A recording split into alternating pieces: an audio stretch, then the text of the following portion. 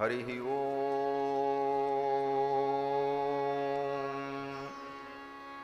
तच्छंजोरावृणीमहे गातुं यज्ञाय गातुं यज्ञपतये दैवी स्वस्तिरस्तु नः स्वस्तिर्मानुषेभ्यः ऊर्ध्वं जिगातु भेषजं सन्नो अस्ति द्विपदे सं चतुष्पदे रामाय रामभद्राय रामचन्द्राय वेधसे रघुनाथाय नाथाय सीतायापतये नमः। रामं रामानुजं सीतां भरतं भरतानुजं सुग्रीवं वायुसूनुं च प्रणमामि पुनः पुनः। नमोऽस्तु रामाय सलक्ष्मणाय देव्यै च तस्यै जनकात्मजायै नमोऽस्तु रुद्रेन्द्रयमानिलेभ्यो नमोऽस्तु चन्द्रार्कमरुद्गणेभ्यः। चरितं रघुनाथस्य शतकोटिप्रविस्तरम् एकैकमक्षरं प्रोक्तं महापातकनाशनं कूजन्तं राम रामेति मधुरं मधुराक्षरम् आरुह्य कविता शाखां वन्दे वाल्मीकिकोकिलं यः पिबन् सततं रामचरितामृतसागरम् अतृप्तस्तं मुनिं वन्दे प्राचेतसमकल्मषं गोष्पदीकृतवारीशं मसकीकृतराक्षसं रामायणमहामालारत्नं वन्दे नीलात्मजम् अञ्जनानन्दनं वीरं जानकीशोकनाशनं कपीसमक्षहन्तारं वन्दे लङ्काभयङ्करं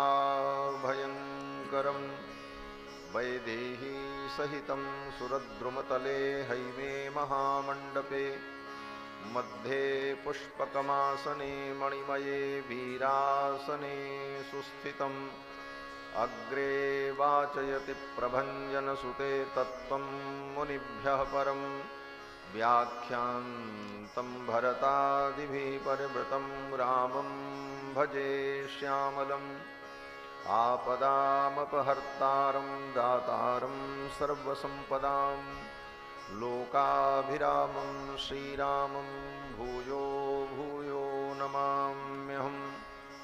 व्याख्यामुद्रां करसरसिजैः पुस्तकं शङ्खचक्रे बिभ्रद्भिन्नस्फटिकरुचिरे पुण्डरीके निषण्णः अम्लानश्रीरमितविशदैरंशुभिप्लावयन्माम् आविर्भूयादनगमहिमा मानसे वागधीशः साण्डिल्याह्वयवं सवारिदविधुं श्रीकोसलेशार्चकम् विश्वक्सेन यतीन्द्रदेशिकपदद्वन्द्वारविन्दाश्रितं स्वाचार्ये सुयतौ जगद्गुरुवरे श्रीरामनारायणे नित्यं सक्तमतिं जगद्गुरुवरं श्रीवासुदेवं भजे।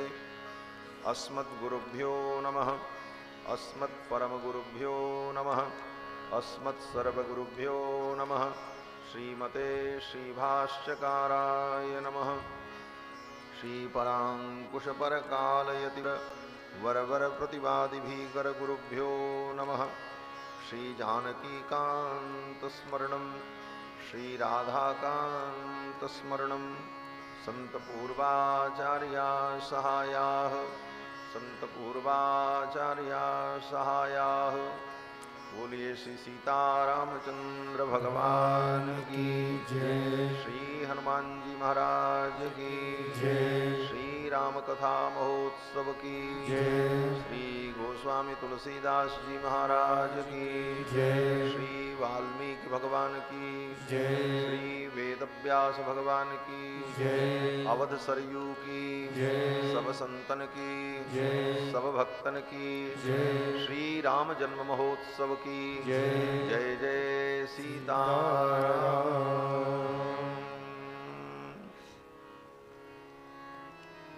भगवान श्री रघुनंदन की मंगलमयी कथा सुधा का हम सभी लोग श्रवण लाभ प्राप्त करें, उसके पूर्व भगवान नाम संकीर्तन श्रद्धा भक्ति के साथ कर लें, पश्चात भगवान की कथा का आस्वादन करेंगे। श्री राम जय जय राम। श्री राम जय राम जय जय राम। श्री राम जय राम जय जय राम। श्री राम जय राम जय जय राम। श्री राम जय राम जय जय राम।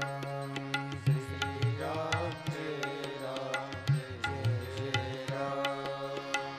श्री राम जय राम जय जय राम।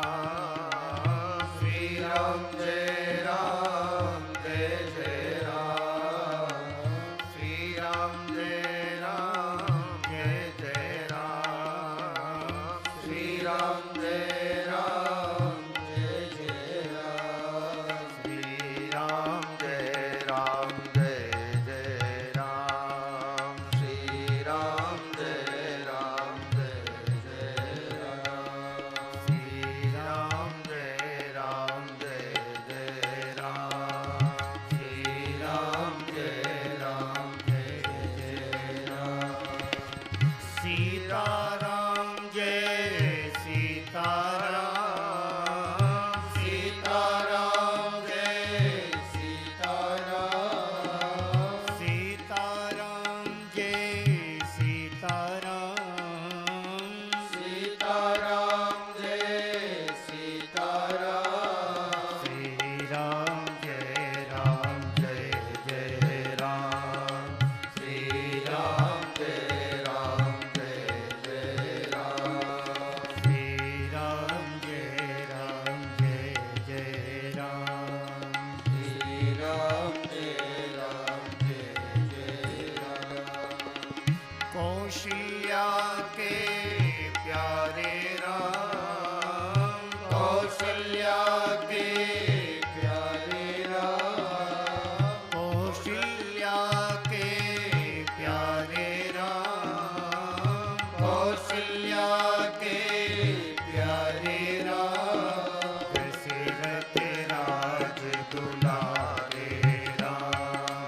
दशरथ राज दुलारे राम। दशरथ राज दुलारे राम। दशरथ राज दुलारे राम। श्री राम जय जय राम। श्री राम जय जय राम। जय रघुनंदन जय सिया राम। जय रघुनंदन जय सिया राम। जय रघुनंदन जय सिया राम। जय रघुनंदन जय सिया राम। जानकी वल्लभ सीताराम। जानकी वल्लभ सीताराम। श्री राम जय जय राम। श्री राम जय जय राम। श्री राम जय जय राम। श्री राम जय जय राम।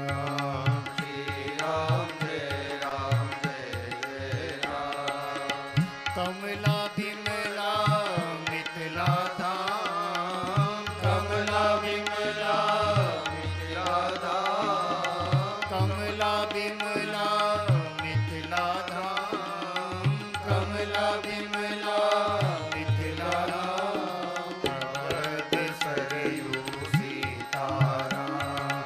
अवध सरयू सीताराम। श्री राम जय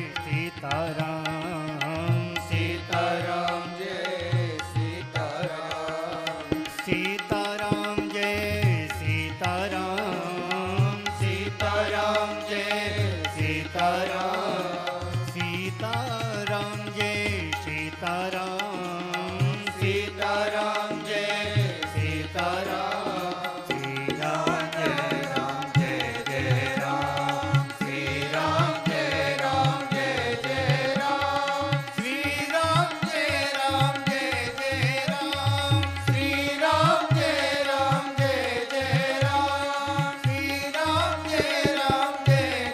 राम श्री राम जय जय राम श्री राम जय जय राम श्री राम जय जय राम श्री राम जय जय राम श्री राम जय जय राम श्री राम जय जय राम श्री राम जय जय राम श्री राम जय जय राम। बोलो श्री सीतारामचंद्र भगवान की जय। श्री हनुमान जी महाराज की जय। जय सीताराम।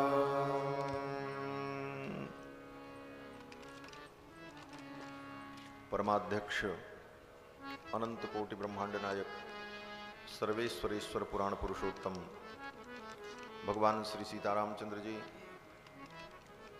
एवं भगवान की कथा के सुरसिक श्रोता अनंत बलवंत श्री हनुमंत लाल जी महाराज इस श्री राम कथा महोत्सव के यजमान दंपति श्री संतोष कुमार मिश्र जी सपरिवार सपरिकर उनके समस्त बंधु बांधव दूर दूर से आए हुए समस्त श्रद्धालु श्रोता बंधुओं धर्मानुरागी सज्जनों श्रद्धामयी माताओं, भगवान की मंगलमयी कृपा के फलस्वरूप श्री राम जन्म महोत्सव के पावन अवसर पर श्री अवध धाम में विराजमान होकर भगवान श्री राम की पावन कथा का हम सभी लोग अपनी गति और मति के अनुकूल श्रवण लाभ प्राप्त कर रहे हैं। ज्ञान प्राप्त करने के लिए, ज्ञान के फल परमात्मा को प्राप्त करने के लिए अपने मनुष्य जीवन को धन्य बनाने के लिए जब हम अध्यात्म के पथ पर चलना चाहते हैं तो सबसे पहली सीढ़ी श्रवण ही होती है। सुनने का ही क्रम प्रारंभ होता है। सुनने से ही इस अध्यात्म यात्रा की शुरुआत होती है। इसीलिए वेदों ने कहा कि श्रोतव्यो मंतव्यो निदिध्यासितव्य। पहले हम सुनना सीखें, सुन करके ही हम अध्यात्म पथ के पथिक बन सकते हैं और जीवन के परम लाभ को प्राप्त कर सकते हैं। भगवान की कथा को सुनना यह बहुत बड़ी साधना है और सुन करके इसे धारण करना यह भगवान की बहुत बड़ी कृपा है। भगवान के जो परम भक्त होते हैं कदाचित कोई ऐसी परिस्थिति आवे तो वो भगवान को छोड़ सकते हैं लेकिन भगवान की कथा को नहीं छोड़ सकते। कदाचित ऐसी कोई परिस्थिति आवे तो भक्त भगवान को छोड़ सकता है लेकिन भगवान की कथा को नहीं छोड़ सकता। यही परम भक्तों की परिपाटी है। श्री उद्धव जी महाराज वृंदावन में गोपियों के यहां पहुंचे भगवान का संदेश लेकर, तो उद्धव जी ने बड़ी ज्ञान की बातें कहीं। गोपियों ने भगवान श्री कृष्ण का वर्णन करते हुए उद्धव जी को बड़ी खरी खोटी सुनाई। गोपियों ने कहा, उद्धव जिस ब्रह्म को, जिस परमात्मा को तुम बता रहे हो वो कृष्ण परमात्मा बड़ा छलिया है, कपटी है, स्वार्थी है, निष्ठुर है। इन सारे शब्दों का प्रयोग गोपियों ने गोविंद के लिए किया। उद्धव जी को अच्छा नहीं लग रहा था। अंत में उद्धव जी ने यही कहा कि जब कृष्ण से इतना कष्ट है तुम्हें कृष्ण छलिया हैं, निष्ठुर हैं, कपटी हैं, तो ऐसे कृष्ण का नाम क्यों लेती हो, उनकी चर्चा क्यों करती हो, बंद करो। तो गोपियों ने क्या उत्तर दिया? गोपियों ने कहा, उद्धव यही तो बात है, हम कृष्ण को छोड़ सकती हैं लेकिन कृष्ण की कथा को छोड़ करके हम जीवित नहीं रह सकते। गोपियों ने कहा, दुस्त्यजस तत्कथार्थः, कृष्ण की कथा दुस्त्यज है, उसे नहीं छोड़ा जा सकता, बाकी सब छूट जाए, कृष्ण भी छूट जाएं, कृष्ण की कथा रहे, ठाकुर की कथा ही हमारा आधार है। उद्धव ने कहा, कथा से इतना प्रेम क्यों है? तो गोपियों ने कहा, कृष्ण की कथा ने ही तो हमको कृष्ण से प्रेम करना सिखाया, ये कथा ही भगवान के चरणों में अनुराग उत्पन्न करती है और ठाकुर के चरणों तक पहुंचाती है, इसलिए भक्त सब कुछ छोड़ सकते हैं, भगवान की कथा नहीं छोड़ सकते। श्री गोस्वामी जी महाराज कहते हैं, इस कथा को जो स्नेह से सुनेगा, जो इसे गाएगा, वह भगवान श्री रघुनंदन के चरणों का अनुरागी बनेगा और कलिमल के दोष से रहित होकर सुमंगल का भागी बनेगा। कलिकाल में रह करके भी हम कलयुग के प्रभाव से बच जाएंगे अगर हम भगवान की कथा निरंतर सुनते रहे। जे यह कथहि स्नेह समेता, जे यह कथहि स्नेह समेता, कहीं नहीं सुनियहि समुझ सचेता, कहीं नहीं सुनियहि समुझ सचेता, कोई है राम चरण अनुरागी, कोई है राम चरण अनुरागी, कलिमल रहित सुमंगल भागी, कलिमल रहित सुमंगल भागी, ये यह कथहि स्नेह समेता, ये यह कथहि स्नेह समेता। जो इस कथा को स्नेह पूर्वक, प्रेम पूर्वक श्रवण करेगा, गाएगा, सुनेगा, वो भगवान के चरणों का अनुराग प्राप्त करेगा। कलयुग में रह करके भी वो कलयुग के दोष से बच जाएगा। कलिकाल में रह करके भी कलयुग के दोष से बचने का यही उपाय है कि अधिक से अधिक समय भगवान के चिंतन में, भगवान की कथा में, भगवान के गुणानुवाद में अपने समय को सार्थक करो। यही समय बिताने का सबसे सुंदर तरीका है। ऐसे तो लोग समय बिताने का बड़ा तरीका ढूंढ निकाले, कैसे समय पास हो, बोले चलो खेलते हैं, ये करते हैं, वो करते हैं। हम लोग बचपन में सुनते थे समय पास करने का एक बड़ा बच्चों का तरीका, बोले समय बिताने के लिए करना है कुछ। हाँ, आप लोगों को भी याद होगा, बच्चे स्कूल में अंताक्षरी करें तो उसकी पहली पंक्ति में यही कहा जाता था, शुरू करो अंत्याक्षरी लेकर हरि का नाम। लेकिन चिंतन करना वहां भी भगवान के नाम से ही शुरुआत होती, लेकर हरि का नाम, समय बिताने के लिए करना है कुछ। तो इस जीवन के समय को सार्थक करने का सबसे सुंदर तरीका यही है कि हम भगवान के चिंतन में अपने समय को बिताएं। धन्य घड़ी सोई जब सतसंगा, धन्य जन्म द्विज भगति अभंगा। वो घड़ी धन्य है जिस घड़ी हम सत्संग करते हैं, भगवान का नाम लेते हैं, भगवान का गुणानुवाद करते हैं। इसीलिए हमारे यहाँ श्री संप्रदाय में, रामानुज संप्रदाय में सत्संग को, प्रवचन को कालक्षेप कहा जाता है। यहाँ की भाषा में तो हम लोग कहते हैं महाराज प्रवचन हो रहा है। हम प्रवचन सुनने गए थे, कथा सुनने गए थे,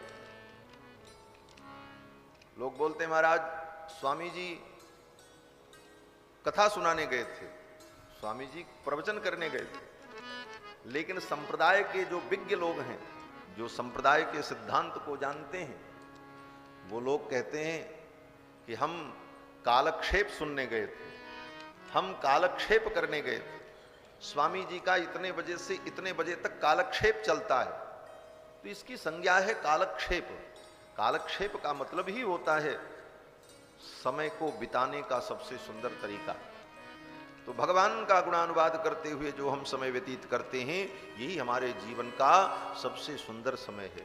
बाकी समय तो सब बीत रहा है। कैसे बीत रहा है? बोले निद्रया ह्रियते नक्तम व्यवायेन च वावयः दिवाचार्थे हया राजन कुटुंब भरणेन च। निद्रया ह्रियते नक्तम, रात्रि सो करके बीत जा रही है, अथवा भोगादि कर्म में रात्रि व्यतीत हो जाती है। दिवाचार्थे हया राजन कुटुंब भरणेन च। दिन जो है कुटुंब का भरण पोषण करने में, परिवार का पोषण करने में, दो रोटी कमाने में दिन बीत जाता है। इसी में सारी जिंदगी चली जा रही। दिवाचार्थे हया राजन कुटुंब भरणेन च। तो करना क्या है? बोले इस जीवन में इतना सत्संग कर लो, इतना भजन कर लो, इतना भगवान का नाम जप लो कि जब जीवन की अंतिम घड़ी आवे, अंतिम सांस आवे, उस समय आपको एकमात्र भगवान की याद आवे और किसी की याद ना। जीवन का जब वो अंतिम क्षण आवे, उस समय पुत्र, परिवार, पत्नी, घर, मकान, दुकान, किसी की याद ना आवे, केवल भगवान की याद आवे। और अगर ऐसा हो गया तो मानो जीवन सफल हो गया। वेदव्यास जी यही कहते हैं कि जन्मलाभ पर पुंसाम अंते नारायण स्मृति ही। जीवन का यही परम लाभ है कि, लेकिन वो अंतिम समय में स्मृति कैसे आएगी? इतना सरल थोड़ी।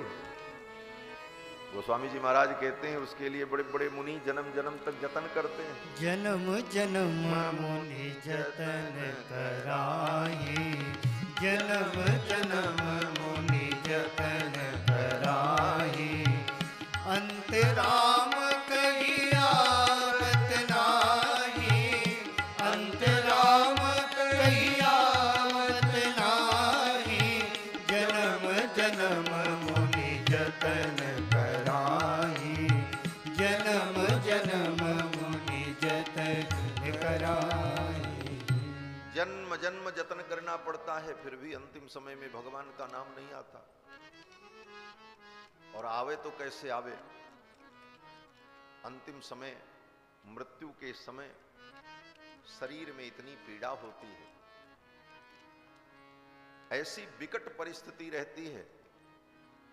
हमारे आचार्य वर्णन करते हैं कि जब प्राण निकलता है, उस समय शरीर की 72,000 नाड़ियां फटने लगती, भयंकर पीड़ा। एक साथ 1,000 बिच्छू डंक मारे तो शरीर में जितनी पीड़ा होगी, उतनी पीड़ा प्राण निकलने के समय होती है। बोले महाराज इतनी पीड़ा नहीं होती होगी, लोगों को विश्वास नहीं होता, लेकिन इतना होता है। क्यों? बोले लिखा है शास्त्र। अनुभव तो हमने नहीं किया है, क्योंकि अब जब मरेंगे तब जानेंगे। और सबके साथ यही परिस्थिति, जो मरे वही जाने, और जो मरा वो बताने भी नहीं आया। तो कैसे जाने? बोले शास्त्र जो कहता है उसी के आधार पर जानना। देखो, प्रत्यक्ष दिखने वाला सूर्य झूठा हो सकता है, प्रत्यक्ष दिखने वाला ये संसार असत्य हो सकता है, लेकिन शास्त्र की एक पंक्ति भी असत्य नहीं है। ये विश्वास रखो। ये विश्वास जिस दिन दृढ़ हो जाएगा, उस दिन सब कुछ समझ में आ जाएगा। सारी बातें क्यों नहीं समझ में आती? हम सब सुनते हैं, पढ़ते हैं, लेकिन ठीक ठीक समझ क्यों नहीं पाते? क्योंकि आधा विश्वास करते हैं, आधा विश्वास नहीं करते। शास्त्र की पंक्तियों पर जिस दिन पूर्ण विश्वास हो जाएगा कि जो शास्त्र कहता है यही सत्य है, उस दिन सब कुछ समझ में। तो शास्त्र की वाणी कहीं मिथ्या नहीं। शास्त्र के एक एक वाक्य परम प्रमाण हैं और उसमें कभी संदेह नहीं रखते। तो शास्त्र कहता है कि मरते समय 1000 बिच्छू डंक मारे तो जितनी पीड़ा होती है उतनी पीड़ा होती मरने वाले प्राणी। बात, पित्त, कफ, ये शरीर की जो तीनों प्रकृति है, ये तीनों प्रकृति दूषित हो जाती है। वायु शरीर के नस नस में अवरुद्ध हो जाती है। कफ आकर के गले में अटक जाता है। पित्त मस्तिष्क में चढ़ करके मस्तिष्क की चिंतन क्षमता को धीरे धीरे विकृत कर देता है।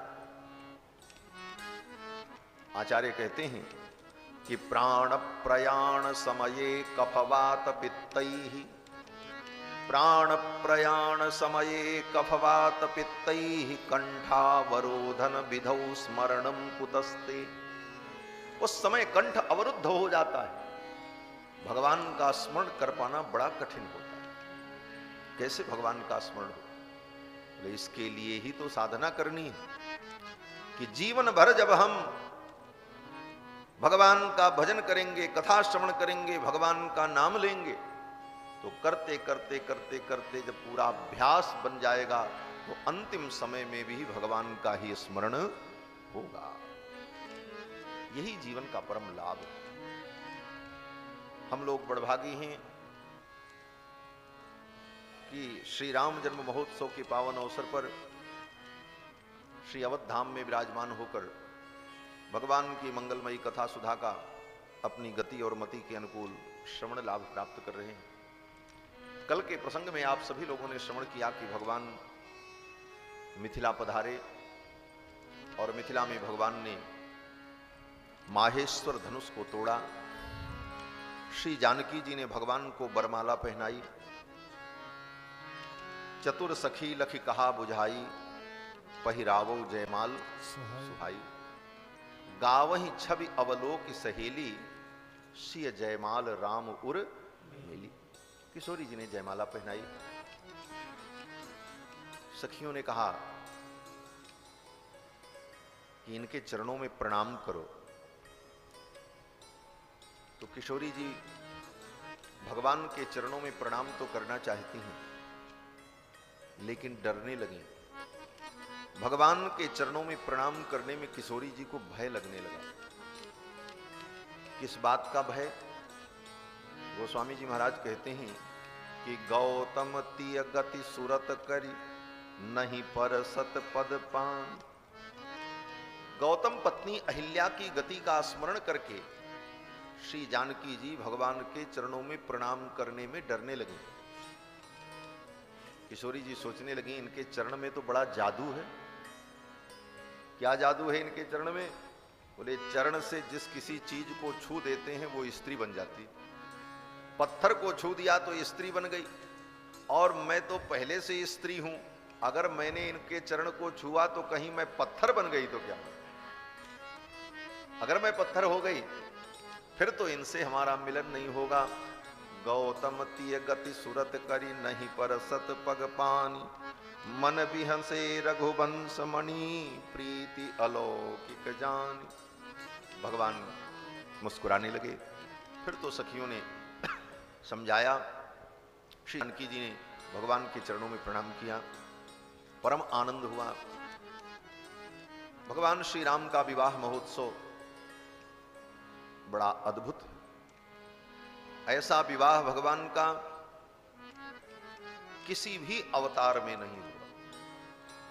भगवान के अवतार तो बहुत हुए, लेकिन किसी भी अवतार में भगवान का ऐसा विवाह नहीं हुआ जैसा विवाह श्री रामावतार। श्री कृष्णावतार में तो बहुत विवाह हुआ, एक दो नहीं महाराज, थोक भाव में 16,108 विवाह कृष्ण भगवान के। लेकिन किसी भी विवाह में कृष्ण भगवान को ये सौभाग्य नहीं मिला कि वो दुल्हा बन करके ससुराल जाते, सारी सरहज उनकी आरती उतारती और सुंदर गीत गाया जाता। ये सब सुख कृष्ण भगवान को नहीं मिला। और किसी भी अवतार में, नरसिम्हावतार में, नरसिम्हावतार में कौन ब्याह करेगा महाराज? ऐसे भयानक व्यक्ति से कौन कन्या अपना विवाह चाहेगी? लक्ष्मी जी जो पहले से इनकी पत्नी है वो भी इनके सन्निकट जाने को तैयार नहीं। भागवत में कथा है कि नरसिंह भगवान जब प्रकट हुए, उनके भयानक क्रोध को देख करके देवता लोग डर गए। लेकिन इनका क्रोध अगर शांत नहीं हुआ तो आज प्रलय हो जाएगी। बोले तो क्या करें? बोले इनका क्रोध शांत करो। सब लोग आए, देवताओं ने बड़ी स्तुति की, लेकिन क्रोध शांत नहीं हुआ। तब सब लोगों ने लक्ष्मी जी से कहा, अब आप जाओ, आप इनकी पत्नी हो और आपके जाने पर इनका क्रोध शांत हो जाएगा। मालिक कितना भी नाराज हो, किसी के समझाने पर न माने, लेकिन पत्नी आ जाए और प्रेम से बोल दे, भाई अब तो शांत हो जाओ, बहुत हुआ, तो पत्नी की बात व्यक्ति मान लेता है। ऐसा देखा जाता है। तो देवताओं ने लक्ष्मी जी से कहा, देवी आप जाओ, आपके जाने पर इनका क्रोध शांत हो जाएगा। साक्षात श्री प्रेषिता देवैहि, देवताओं के भेजने पर श्री जी आई लक्ष्मी जी, और जो ही नरसिंह भगवान के सन्निकट पहुंची, नरसिंह भगवान ने ऐसी गर्जना की कि लक्ष्मी जी डर करके भाग गई महाराज। और जाकर के लक्ष्मी जी ने देवताओं से कहा, ऐसा उग्र रूप तो आज तक मैंने नहीं देखा। तो जिसकी पत्नी सामने जाने को तैयार नहीं, ऐसे नरसिंह भगवान का दूसरी कौन सी कन्या वर्ण करेगी महाराज? तो नरसिंहावतार में भी विवाह का कोई प्रसंग नहीं। मत्स्यावतार, कच्छपावतार, बोले मछली कछुआ का कौन ब्याह करेगा? विवाह तो राम जी का हुआ। और हमारे मिथिला के भक्त तो कहते हैं ये अवतार ही भगवान का विवाह के लिए हुआ था। ये सबसे सटीक बात। मिथिला वासियों का भाव है कि रामावतार लेने का मुख्य प्रयोजन भगवान का था विवाह। बाकी अवतार के अलग अलग प्रयोजन हो सकते हैं। नरसिंहावतार का प्रयोजन हिरण्यकश्यपु का वध, प्रहलाद की रक्षा। कृष्णावतार का प्रयोजन पृथ्वी के भूभार का हरण। लेकिन हमारे मिथिला के भक्त कहते हैं रामावतार का एकमात्र प्रयोजन था विवाह। कारण बोले एक बार श्री लक्ष्मी जी संसार में भ्रमण कर रही थीं और संसार में लक्ष्मी जी ने देखा कि लोगों का विवाह महोत्सव मनाया जा रहा था। लोग अपने विवाह की वर्षगांठ मना रहे थे, बड़े खुशी थे। आजकल भी लोग मनाते हैं, क्या बोलते हैं उसको आज की भाषा में? Marriage anniversary. आप लोगों को मालूम, मनाते हैं लगता है। हाँ। तो विवाह की वर्षगांठ सब लोग मना रहे थे और बड़े उत्साहित थे। तो लक्ष्मी जी जब बैकुंठ पहुंची तो भगवान ने देखा और लक्ष्मी जी बड़ी उदास थी। भगवान ने पूछा, क्या बात है देवी, आज आप इतनी उदास क्यों? लक्ष्मी जी ने कहा, प्रभु हमारे आपके जीवन में सब सुख है, सब आनंद है, लेकिन हमारा आपका विवाह महोत्सव नहीं होता, हमारे आपके विवाह की वर्षगांठ नहीं मनाई जाती। तो भगवान ने कहा कि हमारा आपका विवाह हुआ ही नहीं, हम तो सनातन पति पत्नी हैं। जो पहले किसी का पति न रहे और कन्या किसी की पत्नी न रहे और बाद में वो दोनों किसी के पति पत्नी बने, तब न विवाह महोत्सव मनाया जाता। और आप तो मेरी सनातन पत्नी हो, हमारा आपका दिव्य दाम्पत्य सनातन है, तो विवाह महोत्सव मनाने का कोई प्रयोजन ही नहीं बनता, कैसे विवाह महोत्सव मनाऊं? तो लक्ष्मी जी ने कहा, लोग मनाते हैं, बड़ा आनंद आता है, हमारा आपका भी विवाह महोत्सव ऐसे ही मनाया जाए तो कितना आनंद होगा। तो भगवान ने कहा, इसके लिए कुछ करना पड़ेगा। लक्ष्मी जी ने कहा, क्या करना पड़ेगा? भगवान बोले, बैकुंठ में तो संभव नहीं है। बोले तब? बोले तो ऐसा करो कि तुम भी चलो मृत्युलोक में, मैं भी चलूं, तुम कहीं पैदा हो जाओ, मैं कहीं पैदा हो जाऊं, अवतार ले लूं, फिर हमारा तुम्हारा विवाह हो, तब सारी दुनिया ये विवाह महोत्सव मनाएगी, तभी संभव होगा। इसीलिए भगवान अयोध्या में अवतरित हुए। भगवान ने कहा, हम अयोध्या में चलते हैं। तो जानकी जी ने कहा, मैं जनकपुर चलती हूँ। श्री जानकी जी जनकपुर में अवतार लेती हैं और अयोध्या में भगवान अवतार लेते हैं। फिर इन दिव्य दंपति का जब विवाह होता है तो सारी दुनिया इस विवाह महोत्सव को मना। तो हमारे मिथिला के भक्त कहते हैं कि भगवान श्री राम का अवतार तो इसीलिए हुआ, धाम से विवाह हो और फिर आने वाली पीढ़ियां अनंत अनंत अनंत युगों तक मेरे भक्त मेरे विवाह महोत्सव का आनंद अनुभव करें। भगवान श्री राम का विवाह महोत्सव अद्भुत है। धनुष जब टूट गया, टूटत ही धनु भवै भयो विवाहु, धनुष तो टूटते ही मानो विवाह हो गया प्रतिज्ञा के अनुसार। लेकिन आगे की जो विधि है वो तो विधि है। धनुष जब टूटा तो उसी समय श्री परशुराम जी महाराज का आगमन होता है। तेहि अवसर सुन शिव धनु भंगा, तेहि अवसर सुनि शिव धनु भंगा, तेहि अवसर सुनि शिव धनु भंगा।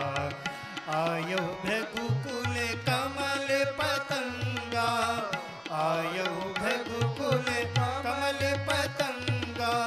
तेहि अवसर सुनि शिव धनु भंगा, तेहि अवसर सुनि शिव धनु भंगा। देख महीप सकल सकुचारे, देख महीप सकल सकुचारे। बाज झपट जनु लवा लुकारे, बाज झपट जनु लवा लुकारे। गौर शरीर भूत भल भाजा, गौर शरीर भूत भल भाजा। भाल विशाल त्रिपुंड विराजा, भाल विशाल त्रिपुंड विराजा। तेहि अवसर सुनि शिव धनु भंगा।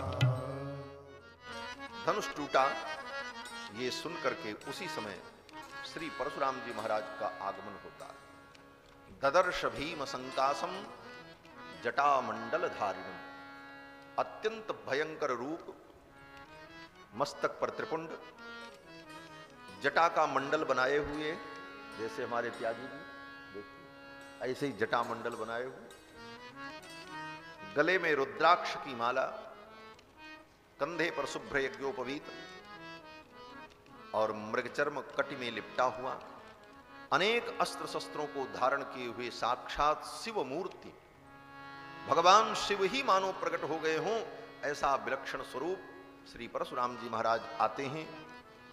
परशुराम जी के आते ही सभी लोग भयभीत हो गए, सभी राजा कांपने लगे। अरे ये तो जमदग्नि नंदन परशुराम है, और इनकी विशेषता क्या है?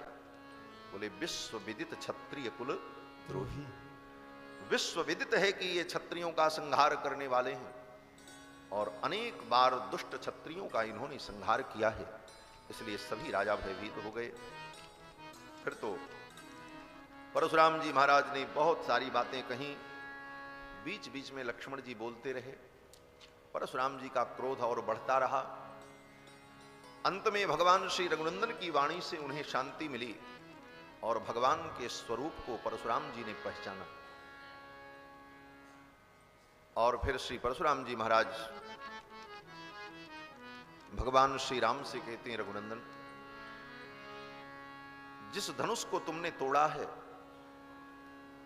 उसी धनुष के समकक्ष ये दूसरा धनुष है, जिसका नाम परपुरंजय है। ये वैष्णव धनुष है, और जिस धनुष को तुमने तोड़ा है वो माहेश्वर धनुष था। इस धनुष पर भी प्रत्यंचा चढ़ा करके दिखा दो तो मेरे मन का संदेह दूर हो जाए। फिर तो भगवान श्री राम उस धनुष पर प्रत्यंचा चढ़ाने के लिए कुछ करते, उसके पहले ही वो धनुष भगवान श्री राम के पास आ गया। परशुराम जी राम जी को अपना धनुष वो देते, वो धनुष स्वयं चल करके राम जी के पास पहुंच गया। देत चाप आप ही चली गयहु, देत चाप आप ही चली गयहु। परशुराम मन विस्मय भयहु, परशुराम मन विस्मय भयहु। परशुराम मन विस्मय भयहु, परशुराम मन विस्मय भयहु। चाप आप ही चल गयहूँ, देत चाप आप ही चल गयहूँ, देत चाप आप। धनुष अपने आप भगवान के पास चला गया, और धनुष ही नहीं गया, परशुराम जी के अंदर जो वैष्णव तेज था वह तेज भी परशुराम जी के अंदर से निकलकर भगवान के अंदर चला गया।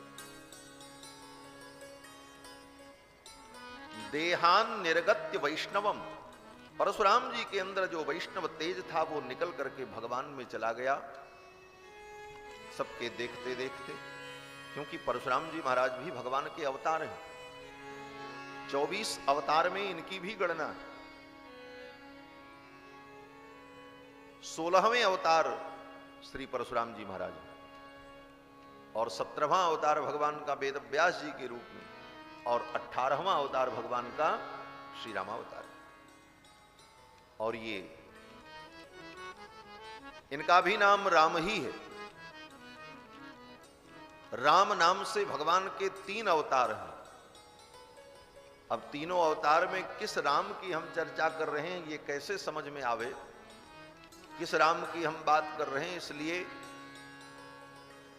2 अवतारों में जो भगवान का नाम राम है वहां पर विशेषण लगा दिया गया।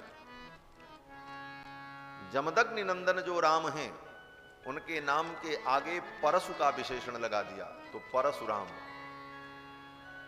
और कृष्णावतार में रोहिणी नंदन जो राम हैं उनके नाम के आगे बल का विशेषण लगा दिया, तो बलराम।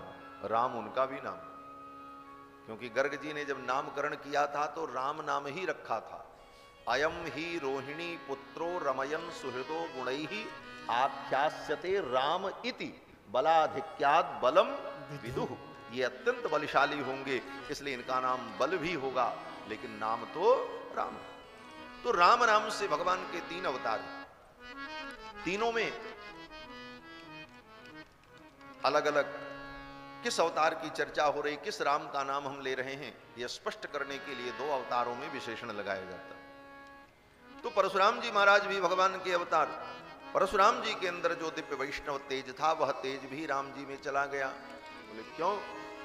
बोले राम जी ने सोचा अब जब हम अवतरित हो ही चुके हैं तो अब 2 अवतार की जरूरत नहीं है, एक ही अवतार से काम चलेगा। तो परशुराम जी के अंदर जो तेज था वो राम जी के अंदर आ गया।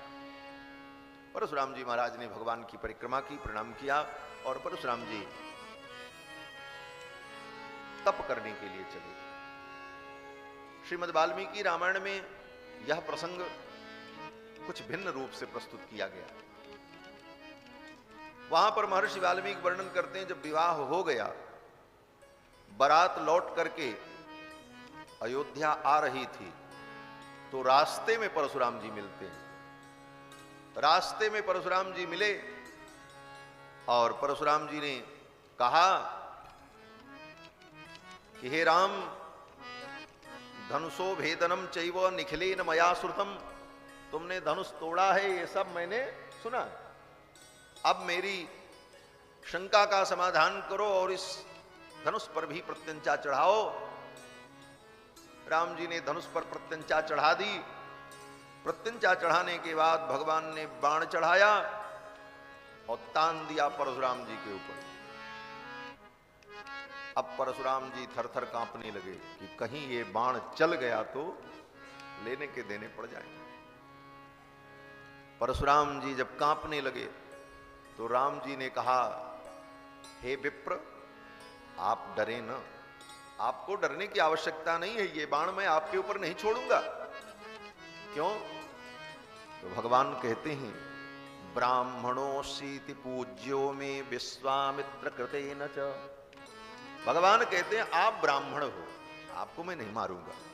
आपको मैं क्यों मारूं? तो जब ब्रह्म हत्या थोड़ी करनी। भगवान कहते हैं ब्राह्मणोऽसीति पूज्यो में, आप ब्राह्मण हो और पूज्य हो, इसलिए मैं आपको नहीं मारूंगा। दूसरी बात, विश्वामित्र कृतेन च, मेरे गुरु जो विश्वामित्र जी हैं उनके आप रिश्तेदार हो, हमारे गुरु जी के परिवार के हो, मार देंगे तो हमारे गुरु जी को भी तो कष्ट होगा। विश्वामित्र जी के संबंधी हैं परशुराम जी महाराज। विश्वामित्र जी की सगी बहन परशुराम जी की दादी हैं। विश्वामित्र जी के बहन के पोता हैं परशुराम। तो भगवान कहते हैं ब्राह्मणों सीति पूज्यो में विश्वामित्र कृतेन च तस्मान प्राण हरम शरम, प्राण का हरण करने वाला ये बाण मैं आपके ऊपर नहीं छोड़ूंगा। लेकिन बताओ ये बाण अब मैं किसके ऊपर छोड़ूं? तो परशुराम जी ने कहा कि हे प्रभु, इस बाण के द्वारा आप मेरे पुण्यार्जित लोकों को समाप्त कर दो। परशुराम जी ने यही कहा।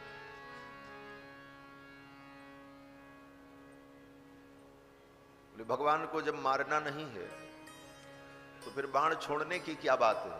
बाण को उठा करके अपने तुणीर में रख ले राम जी, हो गया काम खत्म। ये भी तो हो सकता था, लेकिन नहीं। जब बाण तुणीर से निकलकर धनुष पर आ गया तो अब वो चलेगा। क्यों? बोले भगवान का बाण अमोघ है।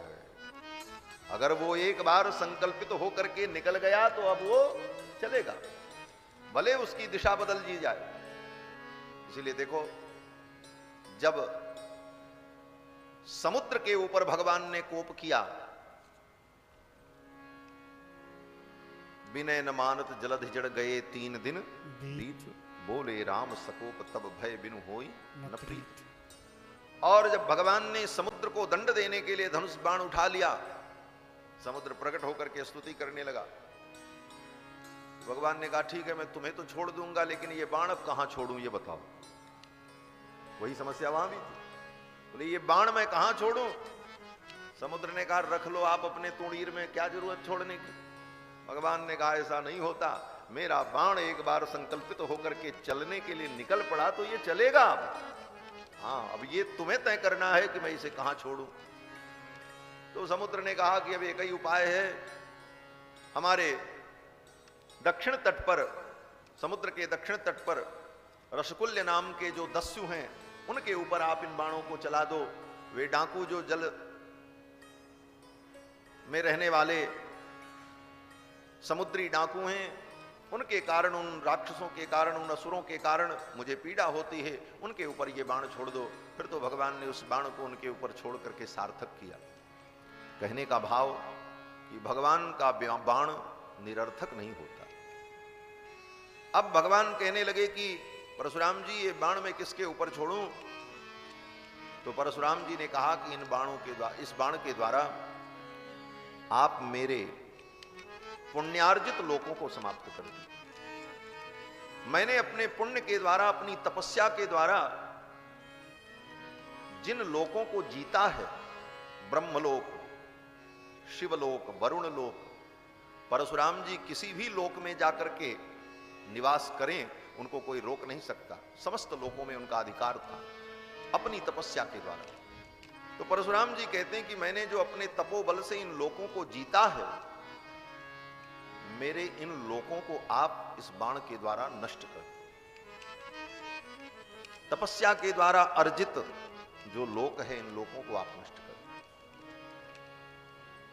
इसका मतलब ये मत समझना कि भगवान बाण मारेंगे और जितने ये लोक हैं सब खत्म हो जाएंगे।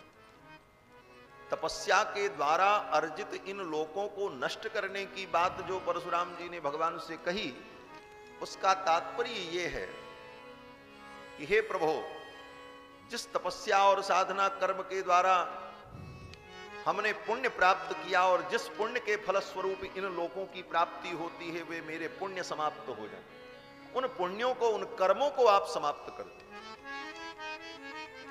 और परशुराम जी ने जब इस प्रकार कहा तो भगवान ने अपने बाण के द्वारा परशुराम जी के उन समस्त पुण्यों को, जिन पुण्यों के प्रभाव से वे लोक प्राप्त होते, उन पुण्यों को समाप्त कर दिया। कारण, बोले कारण ये है कि पुण्य भी बंधन का कारण है। जैसे पाप बंधन का कारण है, उसी प्रकार पुण्य भी बंधन का कारण है। पाप पुण्य ये दोनों कर्म हैं, और कर्म सदा बंधन का ही कारण होता है। कर्म से ही तो हम बंधे। पाप करेंगे तो दुख भोगना पड़ेगा, पुण्य करेंगे तो सुख भोगना पड़ेगा। सुख भोगने के लिए भी शरीर चाहिए, ध्यान देना, सुख भोगने के लिए भी शरीर चाहिए और दुख भोगने के लिए भी शरीर चाहिए। और शरीर जब भी मिलेगा तो बंधन का कारण होगा, और जब शरीर होगा तो शरीर से फिर नए कर्म होंगे, क्योंकि शरीर ही कर्म करता है। फिर नए कर्म होंगे तो उन कर्मों के परिणाम स्वरूप पुनः शरीर होगा। इस प्रकार पुनरपि जननम पुनरपि मरणम पुनरपि जननी जठरे शयनम, ये क्रम चलता रहे। तो पाप जिस तरह दुख का कारण है, बंधन का हेतु है, उसी प्रकार पुण्य भी बंधन का हेतु है। गीता में भगवान श्री कृष्ण कहते हैं कि शुभाशुभ फलैरेवं मोक्ष से कर्म बंधनैः। शुभ अशुभ ये दोनों कर्म जीव की मुक्ति में बाधक, इन दोनों कर्मों से हमें मुक्त होना पड़ेगा। बोले इन दोनों कर्मों से मुक्त होने का उपाय क्या है? बोले उपाय बड़ा गंभीर है। उपाय ये है कि पहले ये विचार करो कि कितने कर्म हैं।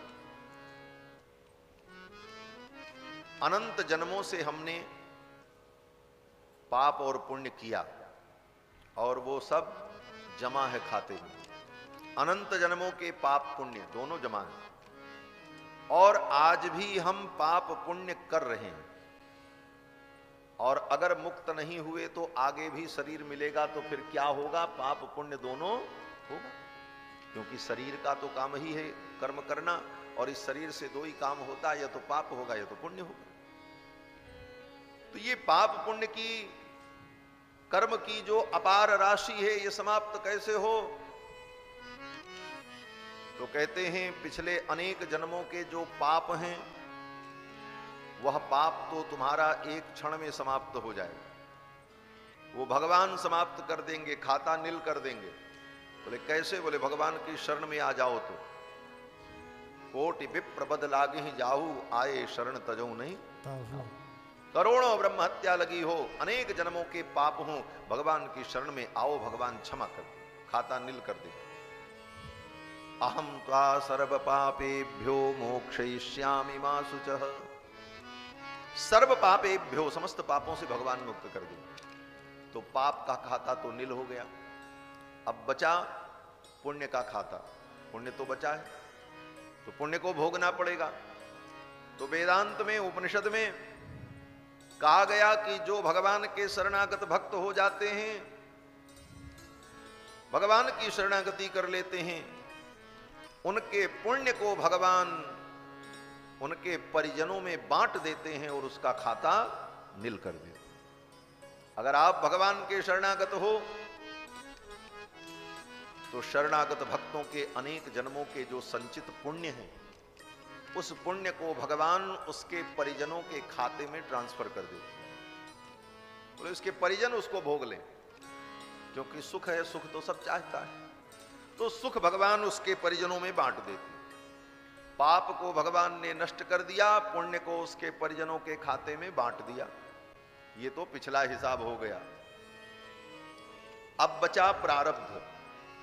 प्रारब्ध माने जो हम आप कर रहे हैं, भोग रहे हैं। जिन कर्मों का भोग आरंभ हो गया है, ऐसे कर्म जो हैं वो प्रारब्ध कहलाते हैं। और प्रारब्ध के अनुकूल ही शरीर मिला है, प्रारब्ध के अनुकूल ही संसाधन मिलते हैं, और प्रारब्ध के अनुकूल ही परिजन मिलते हैं। प्रारब्ध के अनुकूल ही सब कुछ तय होता है। क्यों? बोले वही भोगना है, इसलिए वैसे ही सारी व्यवस्था प्रारब्ध में तय होती है। तो इस मनुष्य जीवन में, इस शरीर में जितना सुख दुख हमको भोगना है, वो पहले से तय हो गया। उतना ही भोगना, उससे ज्यादा नहीं होगा और न उससे कम होगा। इसलिए संतों ने कहा कि विधिना ने जो लिख दई छठी रात के अंक, राई घटे न तिल बढ़े रहुरे जीव निशंक। विधाता ने जितना लिख दिया इस प्रारब्ध में, इस जीवन में, उतना ही होगा, उससे एक क्षण ज्यादा, थोड़ा भी ज्यादा नहीं होगा। कर्म कमंडल कर लिए तुलसी जहां जहां जाए। ये कर्म का कमंडल लेकर के हम कहीं भी चले जाएं, जितना प्रारब्ध में हमारे होगा उतना ही भोग मिलेगा। तो ये प्रारब्ध वो है जो हम अपने इस जीवन में भोगते हैं। तो प्रारब्ध के विषय में भगवान कहते हैं, देखो तुम्हारे संचित पाप को हमने नष्ट कर दिया, तुम्हारे संचित पुण्य को तुम्हारे परिजनों में बांट दिया, तो पुराना हिसाब तो खत्म हो गया। अब ये जितना भोगने के लिए लेकर के इस जीवन में तुम आए हो, इसका नाम प्रारब्ध है। इसको तुम भोग करके समाप्त कर लो, इसको तुम भोग करके समाप्त कर लो।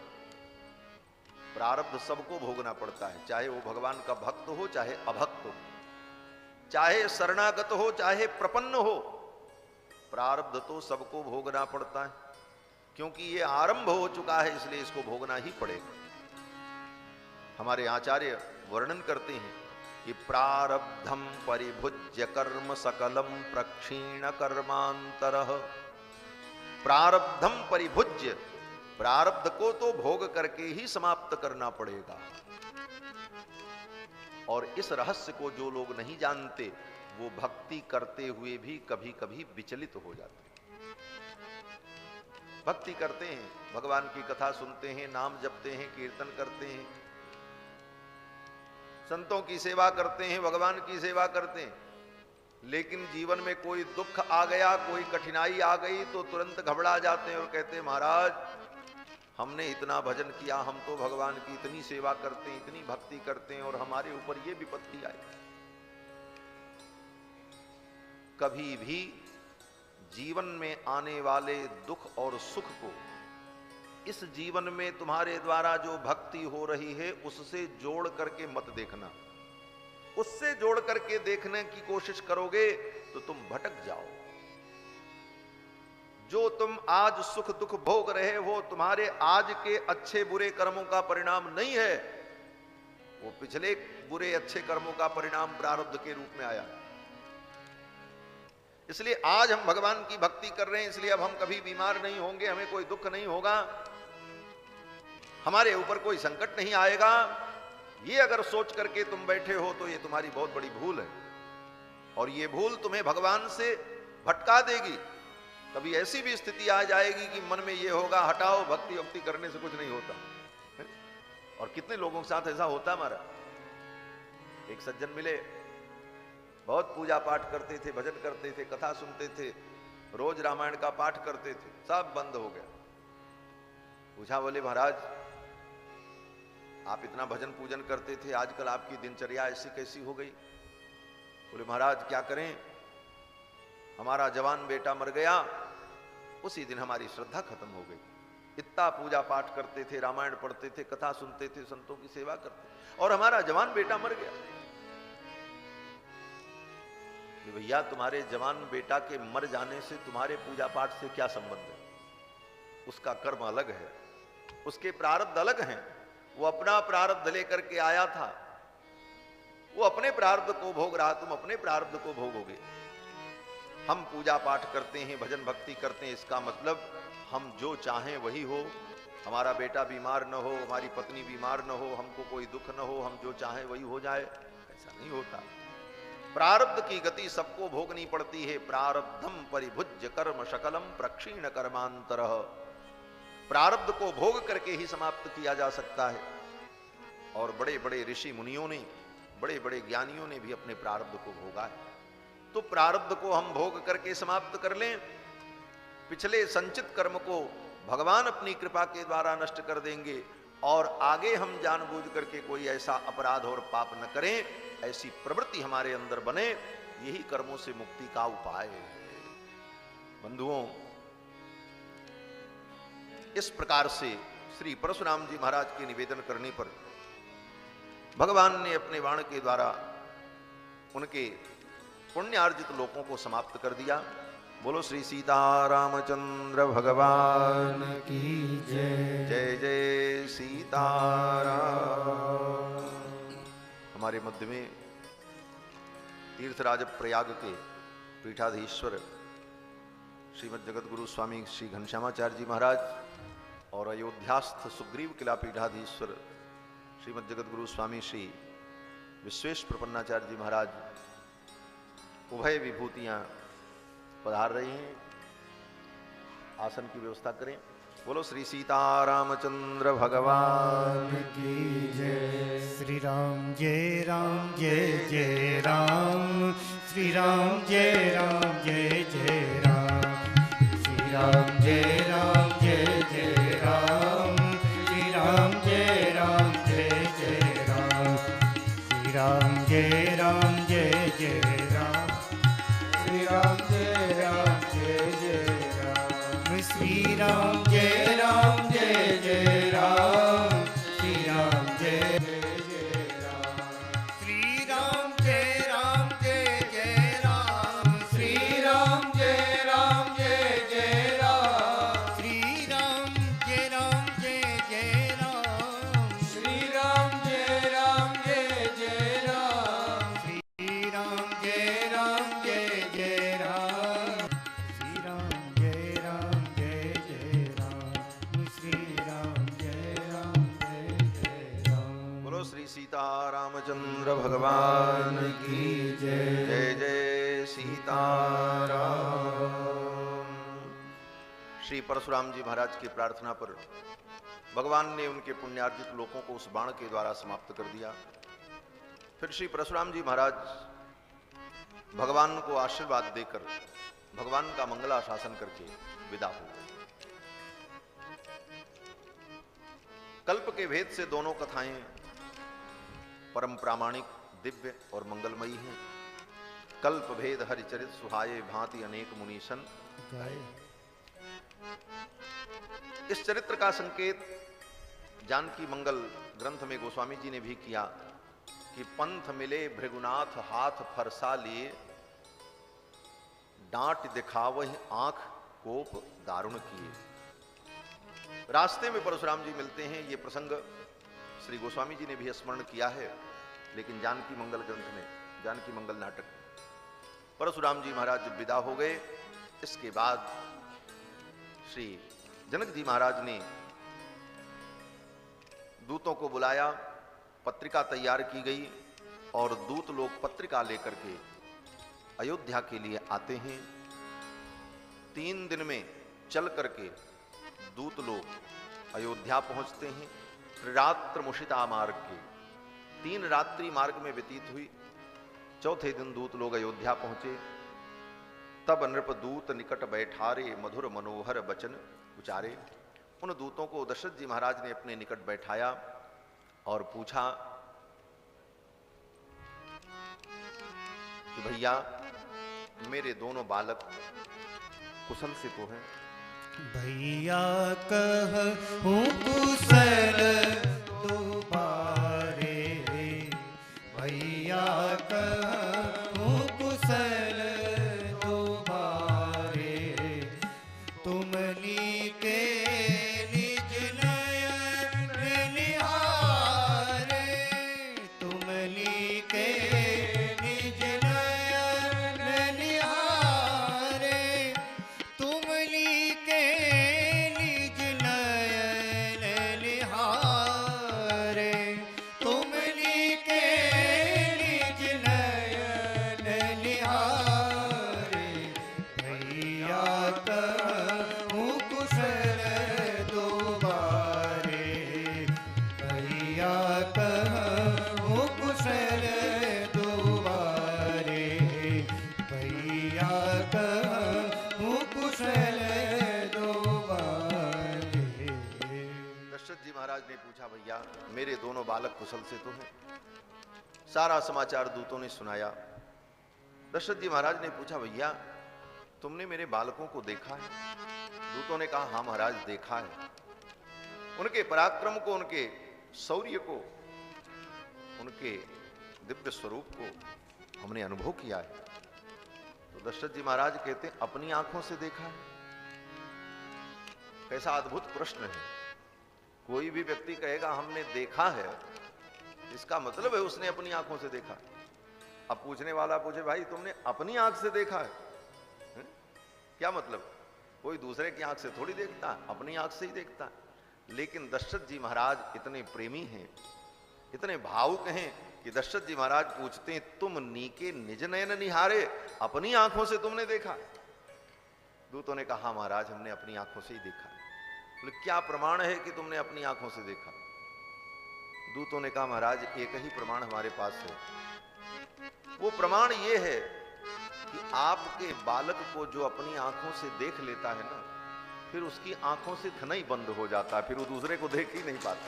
यही सबसे बड़ा प्रमाण है। देव देखी तब बालक दो, देव देखी तब बालक दो, अब न आँख तर आवत को, अब न आँख तर आवत को, अब न आँख तर आवत को, अब न आँख तर आवत को, देव देखी तब बालक दो, देव देखी तब बालक दो, दूत बचन रचना प्रिय लागी, दूत बचन रचना तब लागी, प्रेम प्रताप वीर